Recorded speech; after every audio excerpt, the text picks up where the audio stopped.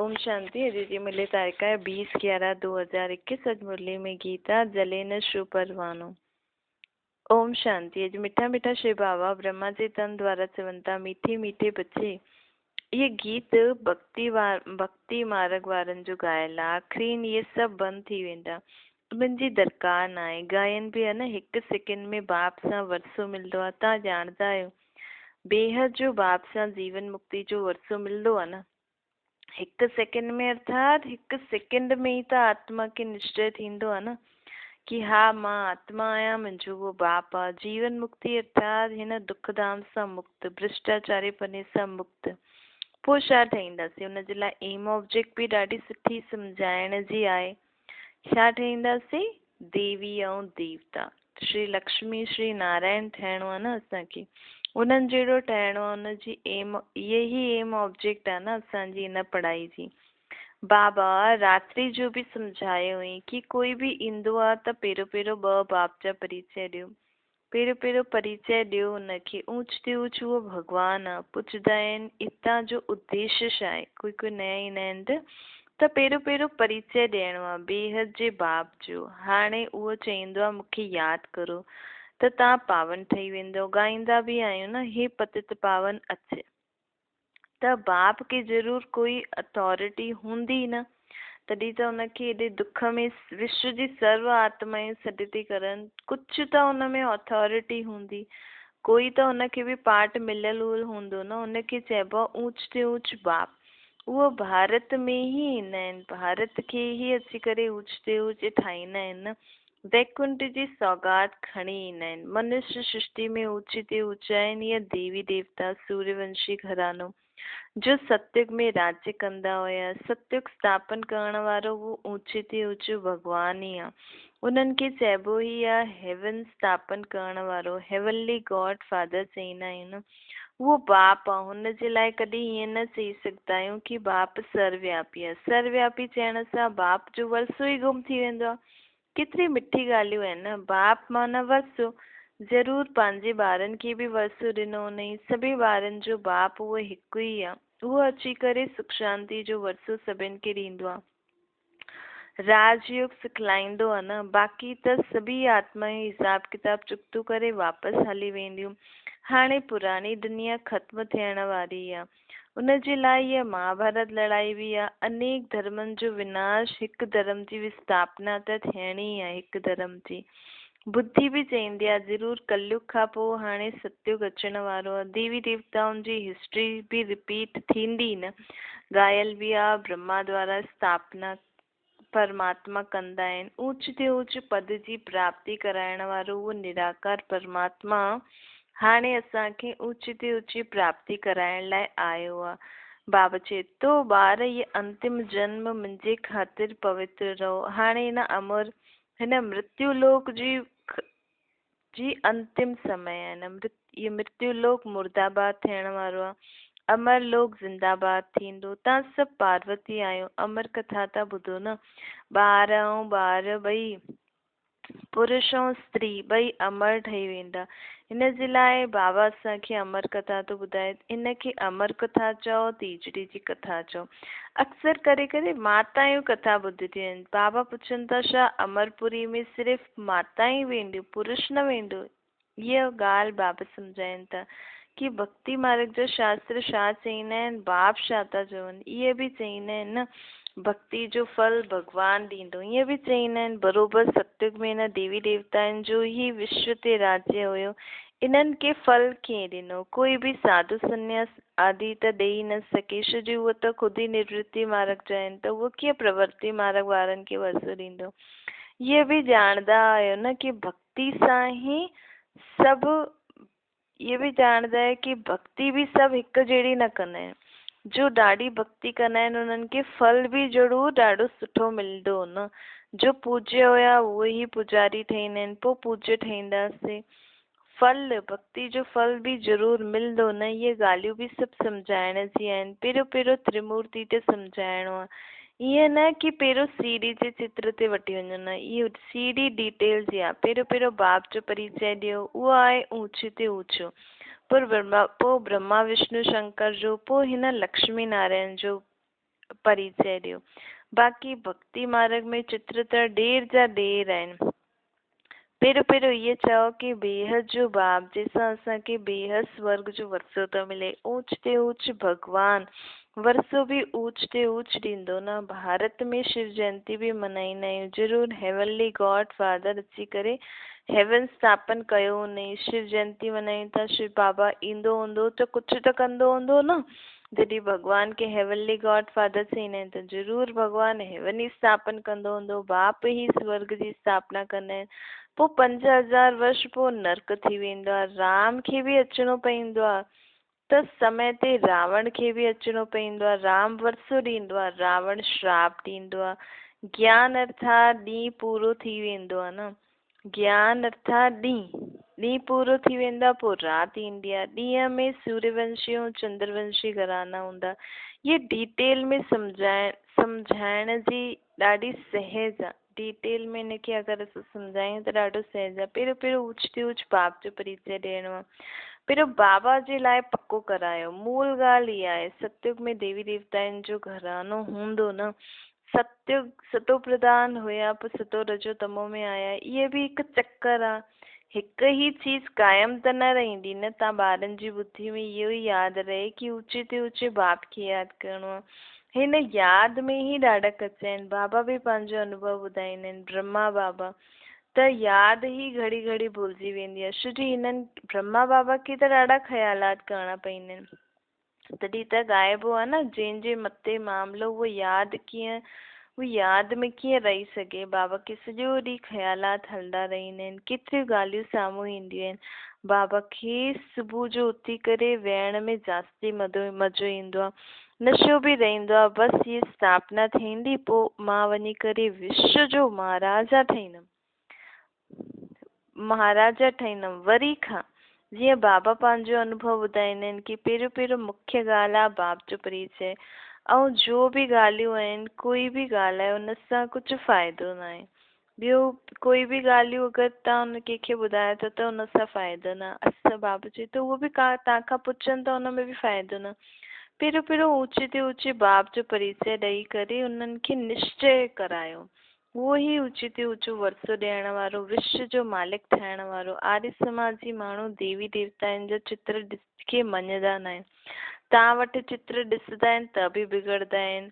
बाबा चईंदा आहिनि जंहिंखे वरसो वठिणो हूंदो न, उहो अची करे शांती सां पाण ई ॿुधंदो रहंदो। मुख्य ॻाल्हि आहे ही ऊच ते ऊच बाप जी। ऊचे ते ऊचो शिव बाप, पोइ हुन खां पोइ ब्रह्मा विष्णु शंकर। ऊच ते ऊच बाप खां असां सभिनि आत्माउनि खे वरसो मिलंदो आहे। उहो ई पतित पावन आहे। इहा ॻाल्हि पकी करायो। तव्हां बि पकी करो, उन्हनि खे बि करायो। God is one. बाप माना वरसो। भारत में अची करे वरसो ॾींदा आहिनि न। ब्रह्मा द्वारा नई दुनिया जी स्थापना थी थिए, शंकर द्वारा विनाश थींदो आहे। इहा महाभारत लड़ाई सां ई स्वर्ग जा गेट खुलंदा, पतित खां पावन ठहींदा। बेहद जे बाप सां भारत खे वरसो मिले थो न। ॿी कोई ॻाल्हि आहे न। हिते हिकु ई ॻाल्हि आहे कि असां आत्मायूं परमात्मा जे हिन ज्ञान द्वारा वरसो था वठूं सत्य की नई दुनिया जे लाइ। बाप चईंदा आहिनि मूंखे यादि करो त तव्हांजी खाद निकिरंदी। इहे हिकु ॻाल्हि जॾहिं सम्झे तॾहिं ॿियो कुझु सम्झायो। इहे जो एतिरा चित्र आहिनि, इहे त रेज़गारी आहिनि। असां चईंदा आहियूं ज्ञान अमृत पीओ ऐं पवित्र रहो। मुख्य इहा ॻाल्हि आहे। बाप उहो माण्हू चईंदा आहिनि विख खपे, उन ते बि हिकु चित्र आहे। तॾहिं चईंदा आहिनि अमृत छोड़ विख काहे को खाए। ये रूहानी नॉलेज आहे। स्पिरिचुअल फादर ही असां रूहनि खे इहे ज्ञान थो ॾे। उहो बाप सर्वव्यापी थोरी थी सघंदो आहे। तव्हां बाप खे सर्वव्यापी मञंदा आहियो त भल मञो। उन्हनि खे सिधो सिधो चई छॾियो असां परमात्मा खे सर्वव्यापी न सम्झंदा आहियूं। अगरि परमात्मा सर्वव्यापी आहे त दुनिया में दुख छो आहे? कंहिंखे त असां मथे कंहिंखे त इशारो करे सॾु था करूं। असां त न मञंदा आहियूं सर्वव्यापी आहे। असां तव्हांखे जो मञिणो अथव मञो। अॻियां असां मञंदा हुयासीं, हाणे असांखे बाबा ॿुधायो अथई कि तव्हां हीअ वॾी खां वॾी भूल कई आहे। त बाप जो चयो असां सम्झोसीं, मञियोसीं, हाणे असां हुन खां वरसो था वठूं। इहे भारत नर्क हुयो। उन्हनि खे पोइ स्वर्ग अर्थात पवित्र गृहस्थ आश्रम ठाहिण जे लाइ परमात्मा इन धरती ते आया आहिनि। आदि सनातन देवी देवताउनि जो पवित्र गृहस्थ आश्रम हुयो।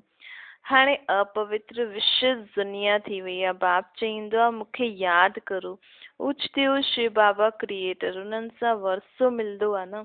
कॾहिं कलयुग, हाणे कलयुग में ढेर मनुष्य आहिनि, सतयुग में त थोड़ा सा ही मनुष्य हूंदा। उन समय बाक़ी सभी धर्म जी आत्माएं शांति धाम में रहंदियूं। त ज़रूर हाणे लड़ाई लॻंदी, तॾहिं त सभिनि आत्माउनि जो शरीर पुराणी चीजी सभु विनाश थी वेंदियूं। असां सभु आत्माएं मथे वेंदासीं। पोइ जंहिंजो सतयुग में पार्ट हूंदो उहो वापसि खां हेठि ईंदा न। त बाबा चवनि था ये सभु ॻाल्हियूं ॿारनि जी बुद्धि में रहणी खपनि। तॾहिं त असां समय ते सभु उन्हनि खे सम्झाए सघंदासीं न। ॿारनि खे सर्विस करणी आहे, सर्विस सां ई त उच्च पद पाईंदासीं। हीअं न आपस में न ठहे त शिव बाबा खे भुलिजी वञो, शिव बाबा जी सर्विस ई न करो, उहो बि छॾे छॾो, पोइ त इहे पद भ्रष्ट ख़ुदि जो थींदो। पोइ इहे सर्विस करण जे बदिले डिसर्विस थींदी। बाबा चवंदा आहिनि सेवा जे समय कंहिंजो बि स्वभाव संस्कार न ॾिसो। ये ही सोचो कि शिव बाबा जी सर्विस आहे। शिव बाबा असांखे निमित ठाहियो अथई न। ये बि शिव बाबा जो ॿार आहे। शिव बाबा खे यादि करे ई सेवा करो त शिव बाबा ई यादि रहंदो। शिव बाबा जो ई स्वभाव, शिव बाबा जो त कोई स्वभाव आहे न। त बाबा खे यादि करे, बाबा जो त सभिनि जे लाइ हिकु ई भाव आहे, सभु मुंहिंजा आत्मा भई सभु मुंहिंजा ॿार आहिनि। आपस में लून पानी थी करे सर्विस न छॾो। हिन जहिड़ो बुरो कर्म कोई न थींदो आहे। बाबा खे यादि करो त कमाई बि थींदी। सेवा में स्वभाव संस्कार ॾिसंदव कंहिंजा बि त सेवा ख़तम थी वेंदी। इन करे कोई ॻाल्हि अहिड़ी ॾिसो ई न, बाबा खे ई ॾिसो न।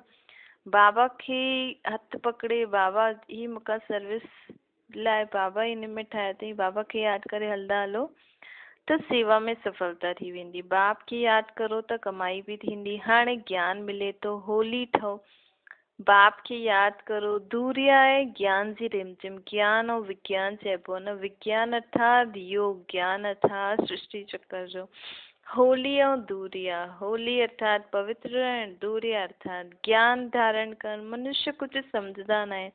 बाप खे यादि करो ऐं ज्ञान सभिनि खे ॿुधाइणो आहे, ॿुधणो आहे, धारण करिणो आहे, ॿुधाइणो बि आहे। बाबा बार बार सम्झाईंदा आहिनि ऊच ते ऊच बाप खे सर्वव्यापी चई न सघंदा आहिनि, न त ख़ुदि कंहिंखे यादि कंदा आहिनि। बाप चईंदा आहिनि निरंतर मूंखे यादि करो। परंतु रचयिता खे ॼाणंदा न आहिनि त मिलंदो छा? न ॼाणण जे कारण सर्वव्यापी चई छॾंदा आहिनि। त ऊच ते ऊच सिद्ध करे सम्झायो त सर्वव्यापी जी ॻाल्हियूं बि बुद्धि मां माण्हुनि जी निकिरनि। असां सभु ब्रदर्स आहियूं। बाप हर 5000 वर्ष खां पोइ असांखे अची करे वरसो ॾींदो आहे। सतयुग में देवी देवताउनि खे वरसो हुयो। बाक़ी सभु मुक्ति धाम में रहंदियूं हुयूं। सभिनि खे बाप जो परिचय ज़रूरु ॾियणो आहे। बाबा चईंदा आहिनि क्राइस्ट जी प्रेयर कंदा आहिनि। चओ क्राइस्ट त सभिनि जो फादर आहे न। सभिनि जो फादर त निराकार आहे, जंहिंखे आत्मा पुकारे थी ओ गॉड फादर। क्राइस्ट खे हुनजो सन चईंदा आहियूं। सन सां वरसा थोड़ी मिलंदो। क्राइस्ट त रचना आहे न। ईअं कोई शास्त्र में ॾिसो लिखल न आहे कि क्राइस्ट खे यादि करण सां आत्मा सतो प्रधान ठहींदी। बाबा चवनि था ॾिसो हिकु गीता ई अहिड़ो शास्त्र आहे जंहिंमें लिखल आहे मामेकम यादि करो। न त बाइबल ग्रंथनि हर धर्म जे शास्त्र में चईंदा आहिनि, मुस्लिम चईंदा आहिनि, इस्लामी चईंदा आहिनि अल्लाह खे यादि करो, सिख चईंदा आहिनि परम पिता परमात्मा खे यादि करो। उन्हनि जे ग्रंथनि में ईअं लिखल आहे। ये क्राइस्ट वारा चईंदा आहिनि कि गॉड खे यादि करो। हिकु गीता में ई लिखल आहे मामेकम यादि करो, मूंखे यादि करो। त गॉड फादर जो शास्त्र ही गीता है न। सिर्फ़ ना बाप जो नाम बदली करे कृष्ण जो नाम लिखी छॾियो अथनि। ये भूल करे छॾी अथनि। ऊच ते ऊच बाप आहे, उहो ई सुख शांति जो वरसो ॾींदो आहे। शिव जो चित्र सभिनि वटि हुजणो खपे। शिव बाबा ये वरसो थो ॾिए कि 84 जन्मनि में जेको शिव बाबा असांखे हाणे वरसो ॾिए थो, पोइ 84 जन्म में असां गवाए छॾींदासीं। सीढ़ी ते बि सम्झाइणो आहे। पतित पावन बाप अची करे पावन ठहिण जी युक्ति ॿुधाईंदो आहे। उहो चईंदो आहे, उहो माण्हू चईंदा आहिनि कृष्ण भॻवान वाच्य, असां चईंदा आहियूं शिव भॻवान वाच्य। फर्स्ट फ्लोर में ऊच ते ऊचो बाबा रहंदो आहे। असां आत्माएं बि रहंदा आहियूं हुते। लेकिन असां आत्मायूं हाणे हेठि आया आहियूं। सेकेंड फ्लोर आहे सूक्ष्म वतन, थर्ड फ्लोर इहा सृष्टि आहे। सृष्टि हिते आहे, इन खां मथे सूक्ष्म वतन आहे। सूक्ष्म वतन में छा थींदो आहे, ट्रिब्यूनल वेंदी आहे, सजायूं मिलंदियूं आहिनि। सजायूं खाई करे पवित्र ठही पोइ आत्मायूं पंहिंजे घर हली वेंदियूं आहिनि। बाप सभिनि ॿारनि खे वठी वेंदो आहे। बाबा चईंदो आहे हाणे संगम आहे, हिन जी आयु 100 वर्ष त हुजणी खपे। ॿार पुछंदा आहिनि बाबा स्वर्ग में छा छा हूंदो? बाबा चईंदो ॿार उहो अॻियां हली करे ॾिसिजो। पहिरियों तव्हां बाप खे त ॼाणो, पतित सां पावन ठहिण जी धुन में त रहो। स्वर्ग में जो थियणो हूंदो उहो थींदो। तव्हां पावन ठहो, अहिड़ो ठहो जो बाप को पूरो वर्सो वठो नई दुनिया जी। बाक़ी विच में छा थींदो उहो त अॻियां हली करे ॾिसंदासीं। ये ॻाल्हियूं सभिनि खे यादि रखणी खपनि। न यादि रहण जे कारण समय ते सम्झंदा न आहिनि, पोइ भुलिजी वेंदा आहिनि, कंहिंखे सम्झाए बि न सघंदा आहिनि। ॿारनि जो कमु आहे ॿार जो कर्म बि सुठा, ॿारनि खे कर्म बि सुठा करणा खपनि। बाप जी यादि में रहण सां कोई बुरो कर्म न थींदो। बाबा चवनि था बुरो कर्म बि कंदा आहिनि, ॾाढा ॿार कंदा आहिनि। हीअं थोरी सिर्फ़ु ब्रह्मणी ई सुठी लॻंदी आहे, उहो ई मुरली ॿुधाए। उहो ब्रह्मणी वई त पोइ खलास, मुरली बि न ॿुधंदा, सेंटर ते बि न ईंदा। ब्रह्मणियुनि जे कारण माण्हू कई ॿार मरी वेंदा आहिनि। कोई आहे बाप सां वरसो वठण सां मरी वेंदा आहिनि। इहे बि बदकिस्मती चइबी आहे। न कई ॿार हिक ॿिए जे नाम रूप में फसी वेंदा आहिनि। हिते तव्हांजो जिस्मानी प्यार न हुजणो खपे, पाण सभिनि जो रूहानी प्यार हुजणो खपे। निरंतर शिव बाबा खे यादि करणु, कोई सां लेनो देनो न आहे। भूल चओ असांखे छा था ॾियो, तव्हांजो योग त शिव बाबा सां आहे न। त डायरेक्ट जो डायरेक्ट न ॾींदा आहिनि उन्हनि जो शिव बाबा वटि जमा न थींदो आहे। ब्रह्मा द्वारा स्थापना थिए थी त उन्हनि द्वारा सभु कुझु करिणो आहे। विच में कोई खाई वञे त शिव बाबा वटि जमा न थींदो आहे। शिव बाबा खे ॾियणो आहे त थ्रू ब्रह्मा ॾियो। सेंटर्स बि थ्रू ब्रह्मा ई खोलो। आपे ही सेंटर खोले छॾंदा आहिनि, उहो थोरी सेंटर थिया। बाबा बाप दादा ते खट आहिनि, इन्हनि जे हथु आयो गोया शिव बाबा जे हथु आयो। केतिरा सेंटर आहिनि जंहिंजो कोई समाचार ई न आहे। लिखणो खपे शिव बाबा तव्हांजे सेंटर जो इहो पोता मेल अथव। सेठ वटि पोता मेल अचिणो खपे न। पोता मेल ॾाढनि जो शिव बाबा वटि जमा ई न थींदो आहे। इहो बि अक्कल न आहे, भल ज्ञान ॾाढो आहे परंतु युक्ति न आहे। बाबा चवनि था बसि असां त सेंटर खोलियो, तव्हां जंहिंखे ॾिनो हुन सेंटर खोलियईं न, उहो शिव बाबा थोरी खोलियईं। पोइ उहो सेंटर पोइ जोर बि न वरदा आहिनि। सेंटर खोलणो अथव त थ्रू शिव बाबा खोलो। शिव बाबा असां इहे तव्हांखे ॾियूं था, हिन में लॻायूं था। ॿार भूलियूं ॾाढियूं कंदा आहिनि।